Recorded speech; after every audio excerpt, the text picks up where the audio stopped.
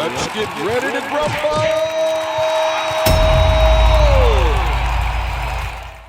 All right, folks, this is another episode of Let's Get Ready to Grumble. And, I talked to Shahed Buttar this past week, and it got me thinking about an awful lot of mistakes that I see us making in terms of messaging, in terms of expectations, in terms of framing, and so forth. Shahed is like the smartest guy I know out there. Just, he's very brilliant, very well spoken. But Shahed is running as a socialist in a very, very capitalist, district. He's running in Nancy Pelosi's district. These people don't know what it means to be late on their electric bill. I mean, it's one banana, Michael. What could it cost? $10? They don't know what it means to, not be able to pay for college debt. They don't know what it means to, be jonesing for a job. I mean, these are folks that are living in a very elite life. And as Shahed talked about, most of the political strength and power in the United States hails from San Francisco. It's an amazing thing. So we're looking around, we're trying to understand how things come to be, how we can package and message, not just a progressive message, but a coherent leftist message. And so what I did, I reached out to my buddy One Dime here, Tony, and I asked him, and he's from One Dime Radio. So if you want to see some great produced videos, go check out One Dime Radio. Go check out One Dime on YouTube. Some of the best videos out there, period. I mean, they're fun, they're engaging, but most importantly, they're paradigm shifting. And I'm happy to call him my friend. So, Tony, thanks for joining me, sir. Thanks for having me. It's a pleasure to be on here. This is I believe our second recorded conversation. It was a blast on macro and cheese, where we talked about modern monetary theory and Marxism. Yeah, thank you for having me. And thanks for also, plugging One Dime Radio, which is my podcast, where I talk about political economy and theory and really political education generally, trying to translate things that I read into accessible audio format. And the videos is that, but video format with a lot of fancy editing, if you're into that. You're an amazing editor too. I swear everybody that I know that watches them loves them. So definitely check your stuff out for sure. So look, given the intro that I gave, obviously Shahed came out running in Silicon Valley, basically, as a socialist, as a bona fide socialist. This is a man that is organized. He's done all these things. You watch someone like Nina Turner in Ohio, and she gets railroaded by the establishment elite. But ultimately, people themselves have to buy in.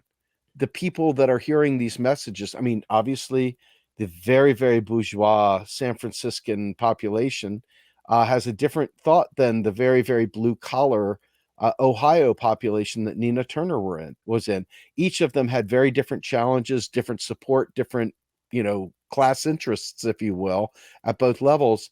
And I'm not sure that, either one of them spoke directly to the constituency that they represented or were trying to represent. And it brought to mind, how do we do this? I mean, literally every campaign that loses has got a story to tell for why they didn't make it. And then we come back and we talk to regular people and we try and talk about leftist ideals and stuff like that. And you could see that there's very little traction. I mean, people genuinely want nice things for each other, things like that. But when push comes to shove, there's no representative body that actually speaks in these terms. There are no representatives that in office actually speak to these terms. And the rest of us are outside here making YouTubes and talking to one another. And I feel like something's got to give because we need progress and we're not getting it. You have some really cool ideas on the concept of communication and for breaking these ideas down for different audiences. What are your thoughts on the current climate, man? What do we do here, man? Well, of course, I don't have all the answers, but in regards to the elections, I have some thoughts that might be a little unconventional for a less initiated American audience, but will be very straightforward for people who have spent a lot of time on the left. And that is, I think, it's not just the American left, but since we're an American audience predominantly, let's talk about the American left. Is the American left right now, for what it is, focuses way too much on elections. And this is not from a anarchist, never vote, don't participate in politics, tune in, drop out, whatever. This is not what I'm saying. But it is not particularly wise to focus on elections when you don't have a popular movement behind it. So you have to build the movement first, and the elections can only ride on that movement. You can't build a movement through the election, which is seemingly what the DSA strategy of progressives. And, I don't think it's so much that people really don't necessarily like Nina Turner or like Shahid Buttar, but I think a lot of people just don't even know who they are. A lot of people aren't even politicized. A lot of people are not even trained to think in class terms. What does it mean to even be a worker? What does it mean to have a boss? Where is the value that I produce in life going? There are no polar opposite political parties. There's no real polarization, only manufactured polarization. There is a dictatorship of the capitalist class. To combat this, there can be no political unity. The parties are already united in their goals to benefit the capitalist class. There can only be class unity, in which allegiances towards political parties are withdrawn in favor of coming together based on a mutual economic interest to abolish who owns my life. So what is the system we're in? What alternatives are there? To even get to this point, we need to get to a point where people are at least open to these ideas. And this requires communication. You need to spread these ideas first. So let's look at the far right. We can learn from the neoliberals in the Thatcher-Reagan era and also the Trumpist far right too. We can learn from their tactics, but obviously while rejecting their ideology. If you look at Trump, Steve Bannon, who is very important figure behind the Trump movement, he did not think to run elections in the early 2000s. And he had the same ideology a long time ago as in the early 2000s. But he knew that kind of Trumpist ideology would not be successful in the world where people were still very positive towards globalization. Neoliberalism hadn't completely collapsed yet until 2008. And it took a long time to spread these sort of anti-immigrant, anti-globalist, xenophobic, right-wing populist ideas for that movement to be enough to bring it to the presidency. Because we saw this movement, it first appeared in the Tea Party movement. People seem to forget about the Tea Party movement. Back when the Tea Party movement happened, that was considered, it was popular. It was when the far right first started to get some ground, but it was still considered kooky to the majority of people, I would say. Most people saw the Tea Party, they're crazy, they're far right. Now the whole Republican Party is the Tea Party. But how did they get there? They didn't just start running in elections.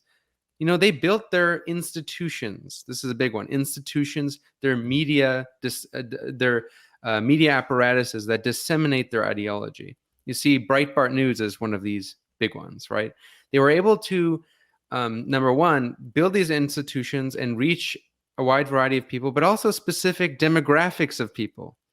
And they appealed to these different demographics of people in different ways, because different people are different. You can't have just one message. Some things resonate with some people, some things are different. You need to package things in different ways. The way you talk to a 60-year-old, 70-year-old boomer is going to be different to a millennial or even a Generation X, right? Where you talk to different classes is different. So you see, they noticed that there are different segments of people who are alienated by the system, and they package their ideology in ways that would fit that alienation. Like, for example, they appealed to Midwestern blue-collar workers who lost their jobs due to the free trade deals and the 2008 recession, right? So this is the bringing back the jobs or blaming the jobs on the immigrants, which is obviously a very old scapegoat. Leftists can, for leftists, it's easy to explain why they lost their jobs, and that's capitalism and neoliberalism. Right? Yes. Free trade. It's easy for us to explain. Why haven't we capitalized on that? See, social democratic policies like labor rights and social programs are not just taken up for ideological reasons. They are implemented only when the capitalist class is in danger of being overthrown, and in which the working class must be pacified in order for the capitalist system to sustain itself. when the capitalist class is not threatened by large labor movements and left-wing parties, there is no need to take up these kind of pro-labor welfare state policies. And two, they also identified, certain groups of people who people often laugh at, scoff at, but they're a big percentage of people, and that is those, straight white gamer dudes who are depressed in life. There's a lot of those. That's why you have, Steve Bannon, he tapped into the gamer community, the whole culture war stuff. Remember when people in 2016 were talking about anti-SJWs, social justice warriors, all that nonsense? Well, that wasn't originally a right-wing phenomenon. It was actually a gamer phenomenon that the right tapped into, and it became a whole right-wing thing, and a Trojan horse revolution. Basically. And I would say it's also just like a phenomenon of a lot of straight white dudes feeling like the reality, regardless of gender and race, there's a lot of people who just aren't doing well in life just because the economy is doing well. And it's easy to appeal to a past time in which straight white dudes had more advantages over other people. So it's easy for right-wingers to, bring in this ideology. But the point is they appeal to these people differently than they might appeal to older people, and they might appeal to people who are already conservative, right? That's why Trump had Mike Pence for the religious zealots.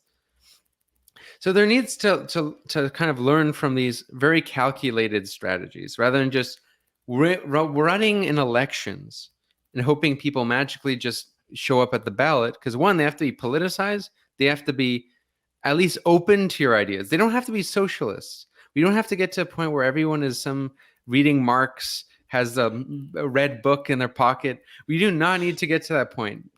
We just need to get to a point where people hear the word socialism and they don't think of totalitarianism. They think of the red book fits in your back pocket, though, man. You can bring it along with you. What's the problem? I don't get it. Yeah, I mean, so the point being is, just because you can't elect progressives doesn't mean that we should water down our message more, which is, I think that's a lot of the technocrats, frankly, and a lot of political science graduates who never speak to any regular people, and they only think in the terms of political spectrum, the Overton window. They think, well, if my democratic socialist message didn't stick, I'm going to go water it down even more, and then they'll do the same thing and not call it socialist. I've seen this experience in Canada with the new Democratic Party. It's called the NDP. It's sort of like a Elizabeth Warren party. Oh. Yeah, so it's like people call it a Bernie Sanders party, but it's not even that. It's much more like a slightly centrist party, I guess. But yeah, I mean, so we need to tap into the people and you need to make them open-minded to socialism. If people aren't in Marxist reading groups, that's fine. Who cares? The point being is that you get people so they aren't, and I think so that they're not scared of socialism, that they're open to these ideas. And from there, they might, if they see the correct person who is a good messenger, likable, trustworthy, they'll probably vote for them. They'll maybe even join unions. They might join a party. They might join organizations. These are steps, and I think I want to give credit because I'm criticizing the left. But I think Bernie Sanders was probably the most successful leftist politician since Henry Wallace, maybe. Oh, but he sold out. He sold out. Well, here's the thing. I agree that Bernie's capitulation to Biden's administration was a massive mistake. He should have disassociated himself with the Biden administration completely, because he's in a position where he has no power, but he's tied to the Biden administration, so he's able to be blamed for things, and you can't criticize him. It was actually a power move of Biden to, give him a position of power. Actually, it would have been a bigger power move if Biden, made him the Treasury Secretary or something. Mm-hmm. That would be a big power move for Biden, not for Bernie. People think I got it. Yeah. Well, some people think, oh, if we get like our little people in office, it's good. If you hold no power, it's worse for you. It's actually worse. So that was a mistake for Bernie. But I want to give credit Bernie for destigmatizing socialism. The word. Let me jump in for one thing real quick. It's got me nuts. I tried to say this before, and now mind you, Trump is a madman, and it's not so much that he's a madman. He may be the most logical dude in the world that just likes to put on this bloviating persona. I don't know, right? I don't know how much is real, how much is Memorex. But what I do know is this: we had no power. We had no concept of change. We had no real understanding. We were just angry, and we weren't really organized in any meaningful way. As we watched Bernie get railroaded by the establishment, it was my belief, my strong belief, that we were better out of power, where we could continue to keep our message firm and on point and fight, than quote unquote be in power, which we were not in power. This is not in power. Being Biden in office is not in power. And by not being in power, now all of a sudden Biden is seen as a socialist. This is the new definition of what we are. And I'm like, no, it's not. And so as we're getting blamed for every feckless thing Joe Biden does, we're sitting there holding it up. Yay, vote blue no matter who. And largely, we have no message now because this is what we put forward. So every critique of Joe Biden falls down on every one of us, and whether we voted for him or not, because that's how reductionist thinking works. And now to your point of giving Bernie that thing that would have been Joe Biden's power by putting Bernie there, by putting Biden up there and us acting like we did it to save the planet. Joe Biden saved the world. You've come to rescue me. Well, no, you see, I knew someone would. We had to have Joe Biden because otherwise we're screwed. I believe it's okay to be out of power, and sometimes being quote unquote out of power gives you more power to really affect the change, to build that movement you were talking about. I could be wrong. I'm not, I'm not sitting there saying I'm Nostradamus. I'm just saying it seems to me like we lost more by winning than we would have by losing, based on this theory of change we're talking about here. Because people are unable to think of power in non-material terms. Because people think power is having an office. That's not power. If you have no ability to actually change legislation, that's not power at all. And you see, with associating with the Biden regime, let's call it that, because they like to call every other regime outside of the U.S. regimes. There's the countries, and then there's regimes. This made it easy for conservatives to say, well, how could you criticize us when you're part of the administration that's the establishment? It's a terrible deal, and it never really works. Whenever you have it doesn't make if the master is giving you the deal, you're on the master's terms.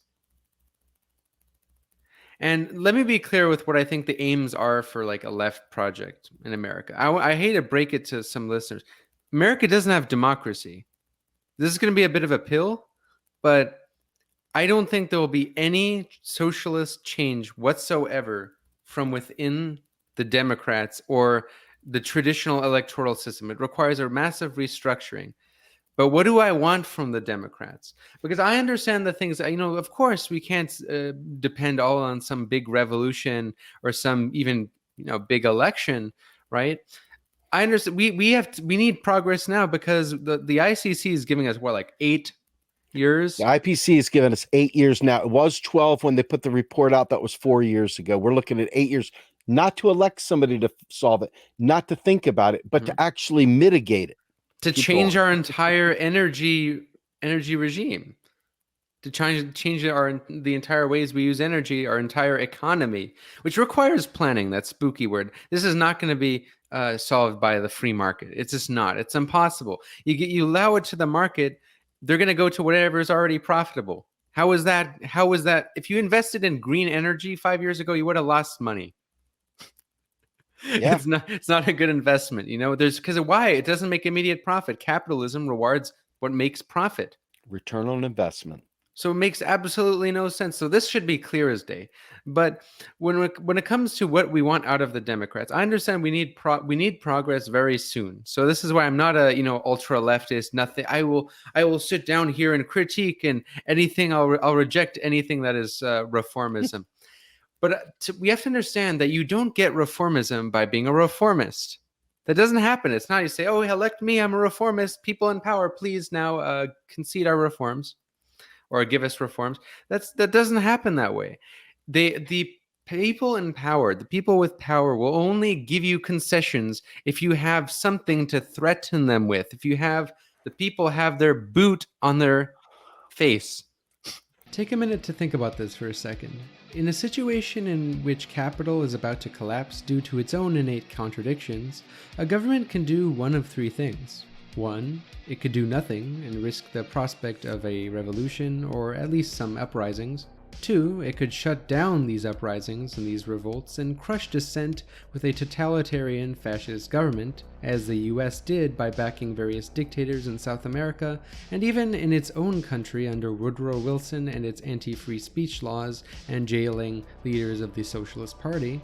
Or 3. The government could regulate class antagonisms through government programs, workers' rights, and some regulatory measures, rather than having them be eliminated completely, which would ultimately risk the prospect of the capitalist class losing their power entirely. And in turn, this would stabilize the capitalist system as a whole and preserve its existence, which would end up benefiting the rich in the long run. Which approach a capitalist state chooses to take heavily depends on how class-conscious and military-equipped the population is. In America, people are armed, but class consciousness has been as low as ever, which is one of the reasons why governments have gotten away with doing absolutely nothing to ameliorate class conflict or deal with public material concern. That's the only way it works. And let's get some concrete examples. The New Deal, right? Which wasn't even social democracy, it was welfare capitalism, but let's face it, it's the most progressive America ever was. And we got that on the back of the biggest labor movements in American history. And also organized socialist parties and socialism around the world, labor movements around the world. There was a real threat. Roosevelt wasn't here. Roosevelt was a billionaire in today's terms. He wasn't sitting here like, I'm a socialist. I believe in this. He was there to save capitalism. He said that in his own words. You look at Scandinavia too, very similar situations. Finland actually had a revolution. Now, Finland's not Scandinavia, Nordic countries, but Finland had a revolution, which was, narrowly squashed. But then the fascist government created one of the most robust social welfare states in history, because communism was around the corner, literally. And you also had, that big labor movement. So you had to deal with, this is how power works.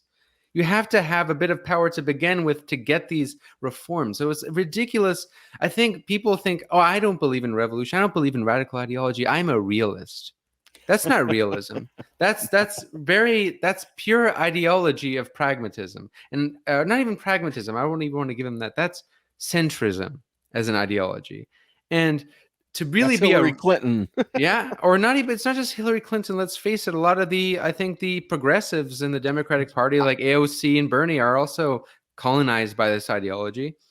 Yep. And I think that's not realism. Bernie Sanders, I think, is more radical than he lets on. Because I remember when he was running, he said, we need a political revolution. And what he meant by that is, of course, I'm not going to get anything done in Congress if I don't have people protesting at Mitch McConnell's house. Yep. He knew that. He knew that. It's exactly, I got to stop you, because so many people, when I talk about it this way, they assume that I'm just throwing the baby out with the bathwater. Shahid Buttar said we have to balance electoralism with actual organizing and mobilization. It can't be one or the other. We have plenty of organizing, no power. We have plenty of mobilization, no outcome. We had plenty of electoralism, no mobilization. And you know what I mean? So it's a combined approach. It's a 360 view of acquiring power. And we refuse to do it because there's something good to binge watch on Netflix. I can't believe you want to watch this show. Or maybe it's, Shark Week or something like that. We are literally not willing to go beyond pulling the lever or sitting on Facebook, mad screaming in all caps. There is no meaningful what you're saying. What you're saying is exactly what I've been calling for, though, to the chagrin of many people. But keep going. I just want to make sure I slam that point. You mentioned Facebook. One thing I would definitely encourage viewers is, watching news is good for being informed, but you don't only want to be watching the news. You want to be looking at history. Preferably try reading, but if you don't like reading, there's plenty of stuff on YouTube, great podcasts. So many nowadays, the beauty of the internet, it has made us both smarter and dumber. Because it's also made us dumber with too much useless information. People are, captivated by the latest spectacles like Amber Heard and Johnny Depp and whatever. But the internet's a beautiful tool for learning. you can learn way more than people back then could. You'd have to read whole books. You'd have to have access to library. Now you can just go Google. You can hear a historian talk on a podcast. You can hear someone summarize their book on a podcast. There is a lot in the internet you can find to learn. And I would suggest learning from the history of labor movements and socialist movements, their failures and their successes. Lastly, most of the other roles of the state could be boiled down to one-third duty, and that is to mediate class conflict. This one is a little bit different than protecting capital, but it serves the same purpose. While we may think of things like Social Security, Medicare, welfare, and basic labor rights as things that the government just does to ensure the well-being of citizens, these things did not exist in a capitalist society until workers fought tooth and nail for them, with militant strikes, riots, and political victories. Hell, we didn't even get a 5-day work week, an 8-hour work day, or even holidays like Labor Day until plenty of militant labor strikes and political assassinations. The point of the story is that in a system that is built to preserve capital, the state will naturally always prioritize the wealthy elites over regular people. And no matter who you elect, as long as the fundamentals of the capitalist system are not changed, where people take ownership over what they produce, these problems will never go away. This is huge, because it'll become quite clear that you never really have with very few. Well, actually, I can't even think of an exception. Always, whenever, because even I was about to say François Mitterrand, who was like a democratically elected socialist in France, but he wrote on the back of May '68. Yeah. And the French labor movement, the French Communist Party was third place, right? It was big party, and this third place, I'm talking by 5% off, not much. So Right. In Italy too, Italy had a very second biggest party there. Japan had second biggest Communist Party was second biggest party. So you don't have to be elected to have power. That itself is way more power than having one progressive in the government. We think that if you're in the government, that's power. It's not. Yes. Power is the influence and the ability to change people's wills. Not crush people's wills. I didn't say crush people's will. If you crush someone's will, it's actually a weakness of power. Mm-hmm. The key is to make your will an extension of their will, an extension of yours. So how do you do that? How do you do that? So this requires communication. And to do that, and this sounds like manipulation, but that's how all political movements is. It's persuasion. All the people who like Bernie Sanders, they might have liked the ideas, but would they have liked it if it was a person who was not likable saying the message? Probably, maybe they wouldn't. So this is important. The messenger is important. The tactics are important. And the reason why I believe the left often does not consider these very obvious things is because I think the left has a morality complex. We think that just because we have the correct ideas, that we're the ones who care about the working class, unlike those greedy conservatives, that we're entitled to people's support.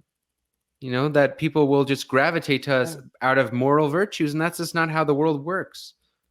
Our brains are structured by frames. And this is one last book recommendation for people, or look at his lectures. George Lakoff, I don't know how to pronounce his name.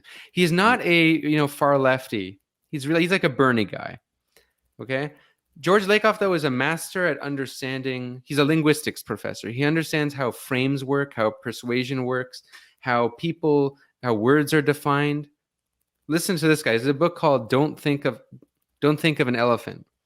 Very good book. And it shows how, we can't play on the dominant ideology's language. Like, for example, we can't talk about freedom without defining our own idea of freedom. Because unless we're not going to operate off of the right's idea of freedom, because then our policies won't be, if freedom is, free enterprise, the left cannot be pro-freedom. We can be pro-freedom only insofar as we define freedom as not just freedom from, but freedom to live, freedom to exist without having to pay for a box to live in, freedom to have affordable food, freedom to have health care, freedom to be educated, freedom to read. And this is not, we talk about this as radical Marxist stuff. This is early liberal stuff too. Marxism was only existed because it was there to realize the things that early liberal Enlightenment thought sought to achieve. what we're looking at is a society that is controlled largely by a media that is controlled by 5 large major corporations that hold the minds and wills. They have a monopoly, if you will, on the message that reaches far and wide. And so getting to there using oppressive tools like Twitter and YouTube and other things that control your ability to reach your own audience, we have very, very limited ability to get in and out of these conversations with any kind of clarity whatsoever. How do you get past that in a society that literally isn't going to give you much time, because they don't have much time? They're baked from work. They come home, their kids are having trouble with school, whatever. Maybe they aren't as even well refined as that. Maybe they're homeless. Maybe they're in precarity. Maybe their health is bad. On and on and on. The American experience in this country, and I know it's elsewhere, but in this country in particular, where we have almost no safety net for each person, the idea of changing frameworks requires an effort that I don't know how to overcome. Podcasts, you figure, hey, if I do an audio podcast, then they can't be either turned on or turned off by how I look. They only have my voice to go on. They only have the information that I go on. But then people say, well, I only want to see people with faces. So that means they're looking at your face. So, do I have lovely eyebrows? Do you like my eyes? Are you turned off by salt and pepper? What, do you hate fat people? Do you like skinny people? Do you like women? Do you only want to hear men? Do you want to hear gay or straight? It's like this weird juxtaposition between efficacy and just being yourself. How do you make headway where oppression is everywhere? Or is it that we have to realistically assess the time frames that we've got and go through alternative methods? I'm at a loss. I mean, you do YouTube, I do YouTube, we both do podcasts. How do you get the message out there? Yeah, so I have ideas on this, but like anybody, I find it hard to, take all my own advice, because I think at a certain point, the algorithm detects who your videos are most suited for. So it'll recommend them to people, a certain audience. And I think it's easy to get trapped into that and to only feed into the same audience.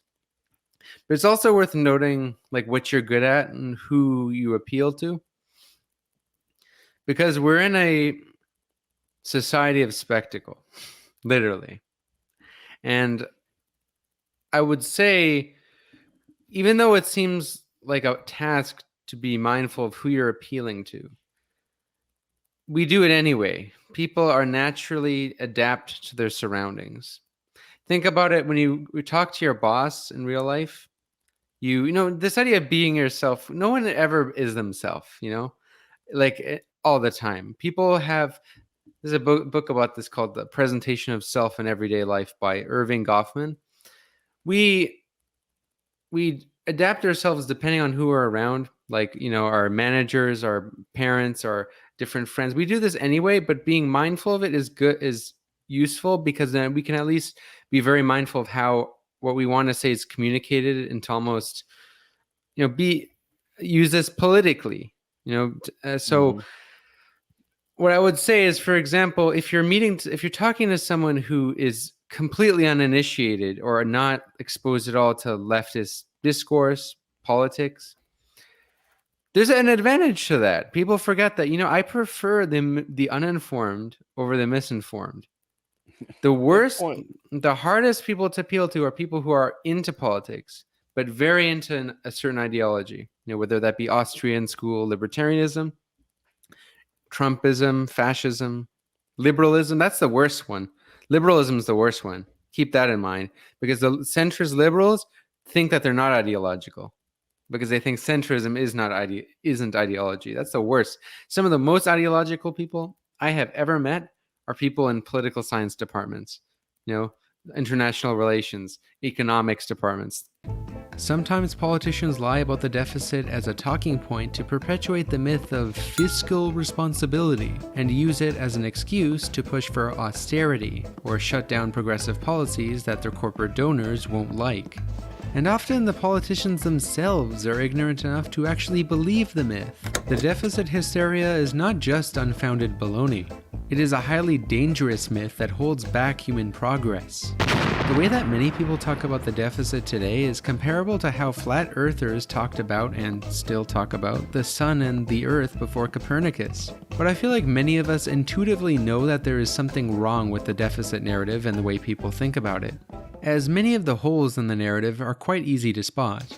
Why is a deficit only brought up when it comes to spending on social programs? How come politicians don't ask, how can we pay for it, when they push for multi-trillion-dollar wars, bailing out the banking sector, or giving billion-dollar tax cuts to the wealthy, which all add massively to the deficit? Why do conservative politicians always fearmonger the most about the deficit, despite historically running the most deficits? Hell, even Washington insiders like Dick Cheney admitted that deficits don't matter. Unless you are drinking the Kool-Aid of ideology on the daily, you can easily spot the clear contradictions in all of this. But we are not given the means to articulate it. This video will provide you with the necessary means to absolutely destroy the deficit argument when you encounter it. People like this. So I think we can look at the obliviousness of much of the masses in a positive sense. I would prefer that people stay not politicized and they get politicized by the right people who have ideas that will actually help their lives than get politicized by a pseudo-politics or a harmful politics. You know, we saw during the pandemic, a lot of people got politicized. Many to the left, but also many to the right. And I don't think being politicized isn't necessarily a good thing. I'm not a person who says, oh, everyone should go pay attention to the news. The news will feed you trash sometimes, especially depends on especially the mainstream corporate media. You know, I do not encourage that for people to get politicized. And a lot of people who got politicized, they got into this pseudo politics of anti-masks and anti-vax and, weird conspiracies and stuff. What I think is, it might be depressing to think that most people aren't into politics and they're always at home watching Netflix, zooked out of their mind, completely apolitical. I prefer that than the conspiracy anti-vax people. Yep. So look at that as an advantage. If you see people who are completely apolitical, kind of lapsed, liquidated, whatever, ossified, look at that as at least that's an opportunity. It's a blank chalkboard.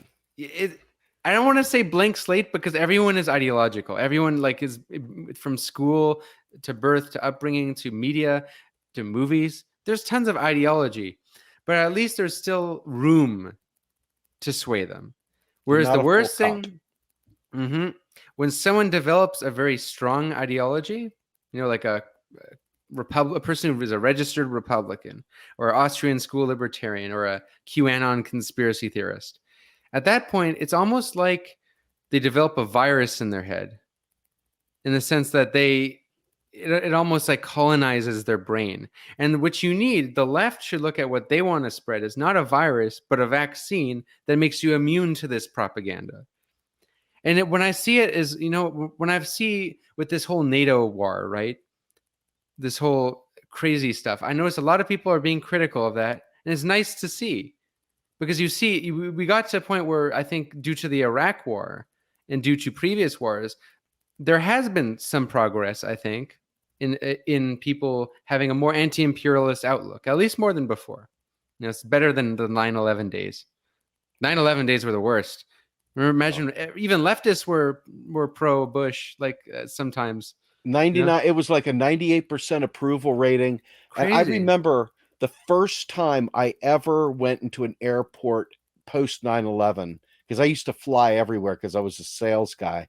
And as I would go into the airport, I had never before seen people in fatigues with assault rifles, the military assault rifles, and the full riot gear and the helmets and everything. The U.S. was never like that before. All of a sudden, that changed right then. It literally went from A to B, and it was a very different world, never to be changed back again. Immediately, radically different. So yes, the Islamophobia was insane. And one thing that I think what's important is to understand how leftist ideology, it's still we're spreading ideology too, right? The pure way to not be ideological is to always be skeptical of everything, and to be, which I try to be like that, but everyone inevitably will adopt some kind of ideology to have a narrative as to how things work, and to hold meaning together, and to give us meaning in our lives, or else we're left with the abyss. So, but we shouldn't look at what we're giving as ideology from the left, from socialists specifically, because what's weird is that I'll say left, and Americans will be like, "Oh, I'm leftist. Yeah, I like Elizabeth Warren." Like, no, it's like, for me, the left is Bernie Sanders is the furthest right of the left, if that makes sense. Yes. He's center left. He's Center like left, balancing on the center line of the left. Yeah, I'm with you. Yeah. So what we're selling is more like a vaccine, because it's, number one, good for you, right? That may not be a good metaphor in today's terms, in today's political climate, right? Right. But like what I more so mean is, the goal is to get people almost immune to the propaganda. When they're immune to the propaganda, they can think for themselves better, and they can actually, not buy the hoopla.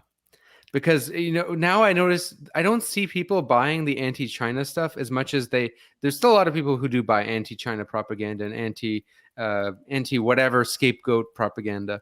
But back in the day, it was much worse. Remember the stuff against Iraq? Oh yeah. Even leftists were saying, like, "Oh, we need to go depose Saddam Hussein." Well, I have a question for you, and this is a good way, I think, to wrap up this discussion. One of the most frightening things that I experienced during the Bernie Sanders era, as a burner, I was a hardcore fight round the clock burner. As much as an MMT guy as I am, I was that much a Bernie Sanders guy too. So if you can imagine, bro. yeah, Bernie bro, it's all straight, it's all males. All us white straight dudes that love, yeah, exactly. I'm the typical Bernie bro. And angry. And angry, right? Angry, but anyway, always. Because you have no right to be angry. None. Why would you be right? angry? Just Everything's shut up. fine. The fucking tone police. Jesus Christ. Can we all give a collective fuck you to the tone police? Anyway, but to me, the big thing that came from this, that really kind of started driving a wedge between my activism and that Bernie Sanders camp, was that I was championing Stephanie Kelton's modern monetary theory angles. I was lifting her up. I was lifting up other MMT practitioners, the developers. I was putting MMT knowledge out there, showing how it empowered the progressive movement, etc. And reflexively, almost to a fault, every burner goes, "Well, Bernie's website says," Bernie says that taxes do pay for spending.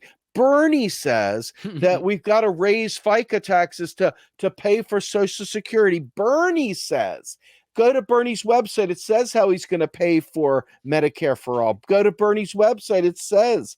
And as I'm listening to this, I'm going like, holy fuck, we traded one form of automaton with another form of hero worshiping automaton. How in the hell are we ever going to make the kind of change that we need to make? And for the life of me, I couldn't figure it out. So what are your thoughts there? Yeah, well, one thing is, Bernie is a rhetorician, like anyone who acts politically. And the reason why he pretends as though he doesn't understand how money works, because he ought to, right? He had Stephanie Kelton, as an advisor. He must have known. Same with Ocasio-Cortez, actually admitted to knowing MMT, saying that it should be part of the. She was infiltrated by MMTers. There's a picture of her with Andres Bernal holding Bill Mitchell's. I know Andres. Yeah, he's a good guy. I like him. And the thing though is that Bernie is in a climate where most of the politicians he's around have a vested interest in not believing MMT. Of course they do. Why would any? This is what even the MMTers don't get. Because I think my critique of MMT is not about the theory. I think the theory is perfectly sound. It's almost irrefutable once you really get it. Yes. But I'm very critical of MMTers often and their politics, because I don't think they take their politics far enough. Because to me, it's almost weird to be an MMT and not be an anti-capitalist, not be a socialist of some kind. Yes. Because why on earth would capitalists want MMT? And they don't get it. They say, like, there's a right MMT and there's a left MMT. You mentioned Andres. He's, I would say, like the left of MMT. He gets it.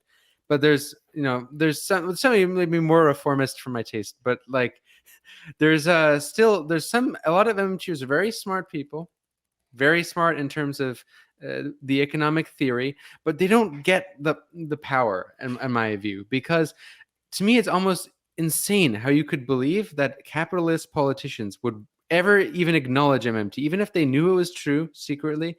They would never admit it. And why? Because the MMTers say, well, why wouldn't you support MMT? MMT means you would lead to higher economic growth. You would have a better economy. You think they want a better economy? No. Neoliberalism has resulted in less economic growth everywhere where it was implemented. Like, it's been a stagnation. And what do capitalists want? What they ultimately want is more relative power over each other, not just over workers, but over each other. Yep. So lower economic growth is not bad for capitalists. And this is surprising because we see, the capitalist politicians, they always say how they want more growth. And then leftists who I think react a bit prematurely, they respond to this by saying, we're against growth. We want no growth. And it's like, okay, you're missing the point. Capitalists that's not their primary aim. What they they want profit, but what they want more is power, because power is much more easily, profit doesn't mean anything unless it's relative. Yeah. Yes. So like, for example, Reagan raising interest rates, on the face of it, he raised them up to like 18%, something very high. And we're starting to see like almost a reoccurring event like that with Biden and Janet Yellen. Yeah. And on the face of it, it seems like they're just stupid. They don't understand MMT. What are they doing? They're crashing the economy. Well, what will this do? This will crush the unions. This will crush bargaining power for workers. And it will give more relative power of capitalists over their employees. Because now the employees have to compete for a job.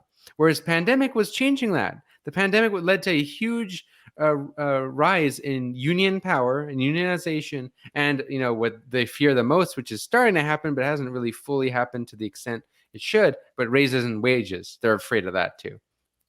Yeah. So they ultimately like workers who are disposable. Why on earth would capitalists want a job guarantee? It is important to differentiate the long-term and short-term interests of the capitalist class in order to describe the necessity of the state to the capitalist system. The short-term interests of the capitalist class include policies that affect capital accumulation in the immediate future, such as tax breaks, reduced minimum wages, government subsidies, bailouts, etc.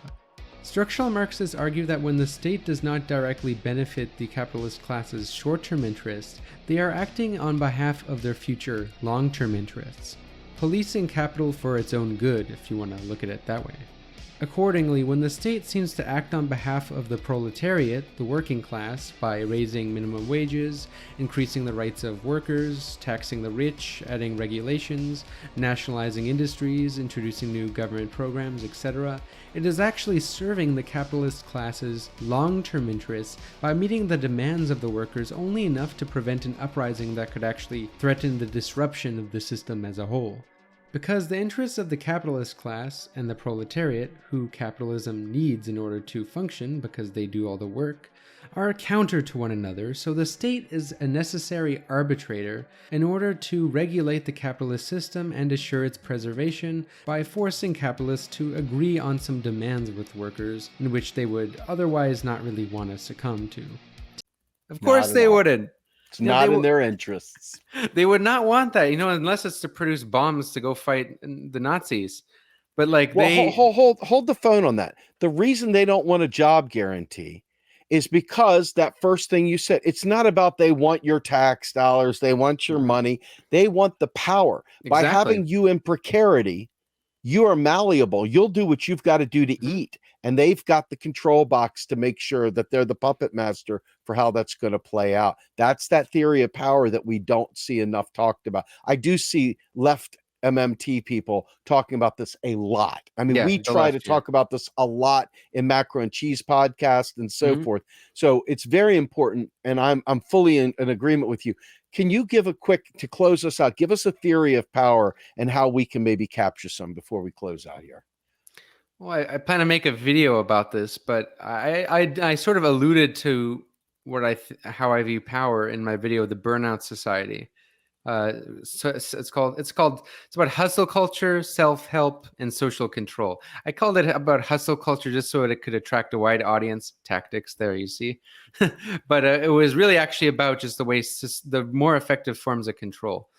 I can't get into too much detail, but basically Orwell was wrong. Power is not the strongest when it's centralized by a few people. It's not the strongest when you have to overtly suppress someone's will.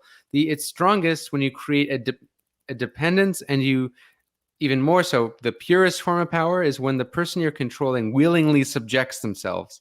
So the people who are most under influence are actually the people who think they're free. Oh, I can be my boss. I'll be my own boss, and they'll think, oh, I can become just like Bezos too if I grind hard enough. Those people are the most controlled, more than the people who are getting stomped out by police are. Because the people getting stomped out by police at least know their place. They know that they're subjugated, and they're revolting in the first place, which means that the manipulation hasn't worked. So power is about dependence. Now, why is this important to MMT? This is important because capitalists will never support a job guarantee unless they're forced to. And that's because it's much better for workers to depend way more, because capitalism with a job guarantee, workers and capitalists depend on each other. The work capitalists depend on them for profits, and they can go on strike. So there's also power with the workers there too. It's a sort of reconciliation, a sort of compromise of class conflict. But with interest rates going up, and you destroy a lot of small businesses, you destroy competition, and you destroy the amount of job opportunities out there, you have way more relative power that the capitalist has over the employee. He can fire you, he can kick you out, and you have to go on LinkedIn, you have to go make a profile, you have to spend make your whole social media marketable for the capitalist. It creates a huge amount of power in the hands of the capitalist over the employer. They don't care about the economy. So hearing this, I don't know how any MMTers could think that they could go to capitalist politicians and persuade them that MMT is real. Yes, I mean, of course they're not going to believe it.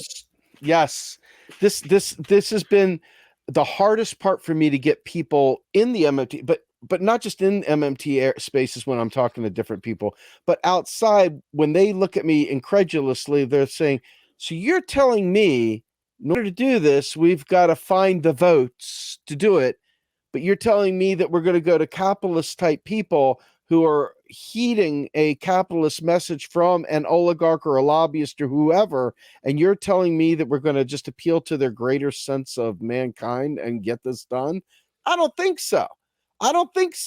So it seems Pollyanna, and this is why a lot of people who are digging in and pretty intelligent are struggling with accepting the truths that are MMT. And MMT is truth, but that power dynamic is so real. The facade of democracy in this country is so real that without breaking through the corruption and without breaking through this mental mind meld that we've got, where we believe, we're like children. We believe they're going to take care of us. And when they don't, we're trying to figure out what went wrong. Why didn't they do it? They must be a bad president. Unless, of course, they're not serving you. They're serving someone else's agenda. And that's the fact, Jack. I really think so. Anyway, Tony, tell us where we can find more of your work and how we can follow your great stuff, because I love your work, man.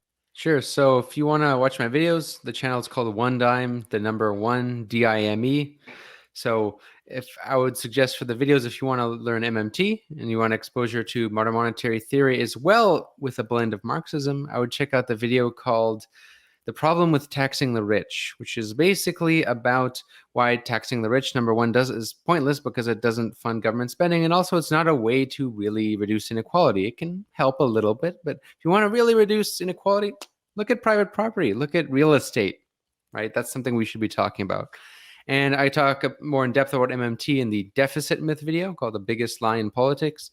And some of my proudest projects are the Burnout Society, self-help and social control. That's one about power, social control. And last but not least, I have a lot of other videos too, but last but not least, I would really suggest the video called Why Billionaires Prefer Democrats. That's the one that will piss off all the reformists because it's a clickbait title. I did that. I'm talking a little bit of populist language, even though I'm not a fan of like populism and right-left alliances and all that. But that video is aimed to get some people who might go, oh yeah, I hate the Democrats too. And they click on it and get Marxism. And they get surprised. Love it. All right, man. Tony, thank you so much for your time, man. Folks, this is yet again another episode of Let's Get Ready to Grumble. And you know how it ends. And still.